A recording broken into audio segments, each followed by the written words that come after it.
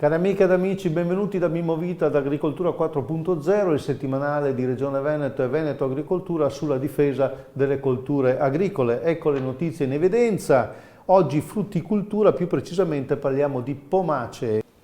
Fase fenologica, cioè l'evoluzione stagionale. È ormai completa la caduta delle foglie per pesco, pero e kiwi, ma alcune sono ancora presenti su varietà tardive di melo, ad esempio Granny e Pink.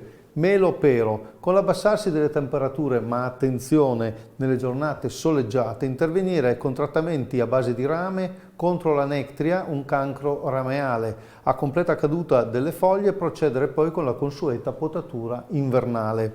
Pesco e kiwi. Per entrambi, a completa caduta foglie, procedere al trattamento delle piante con prodotti rameici, specie per il pesco contro i cancri rameali e la bolla ed il corineo, due patologie fungine.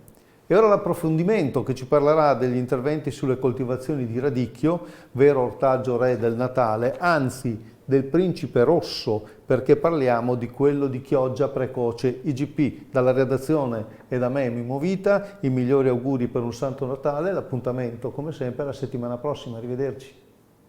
È il principe degli orti di Chioggia, è detto il principe rosso. Il radicchio IGP di Chioggia è un ortaggio che possiamo degustare tutto l'anno, pur essendo un prodotto invernale, grazie ad una selezione massale effettuata negli anni dai produttori, ha assunto la forma tonda ed è sia tardivo che precoce. Quello IGP risponde ad un preciso disciplinare.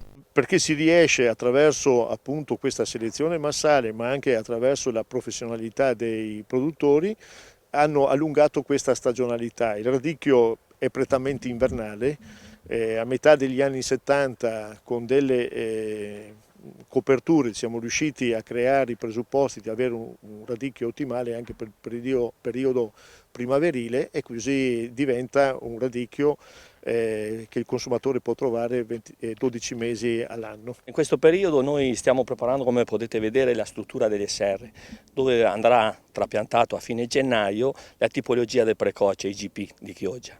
La piantina, il seme autoctono, andrà seminato in semenzaio nelle serre a caldo. Questo per all'incirca un mese verrà fuori una piantina all'incirca di 5 cm. A fine gennaio tireremo su queste serre da una parte, non tutto, da una parte entreremo e verrà trapiantato il radicchio IGP precoce. Quanto è importante preparare il terreno con queste serre, in modo che il terreno si trovi in un ambiente caldo nel momento in cui andate a seminare? Allora, per avere il radicchio all'incirca la prima settimana di aprile, dobbiamo preparare una struttura adeguata a un accrescimento della pianta costante.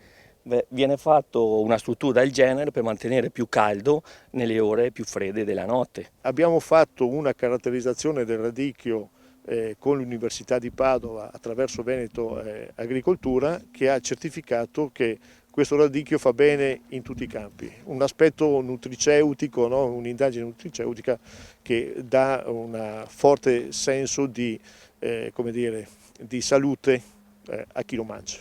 Che tipo di accorgimenti avete nella coltivazione, proprio perché sia comunque un prodotto a zero impatto il più possibile anche? Noi adoperiamo concime organico, proprio dovuto ai terreni, ma anche proprio a questo tipo di coltura.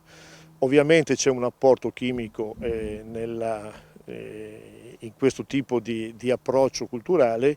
Cerchiamo di ridurre notevolmente gli interventi fitosanitari, e quindi questo prodotto si presta molto bene, con abbattimenti appunto dei residui, sui residui dei fitofarmaci.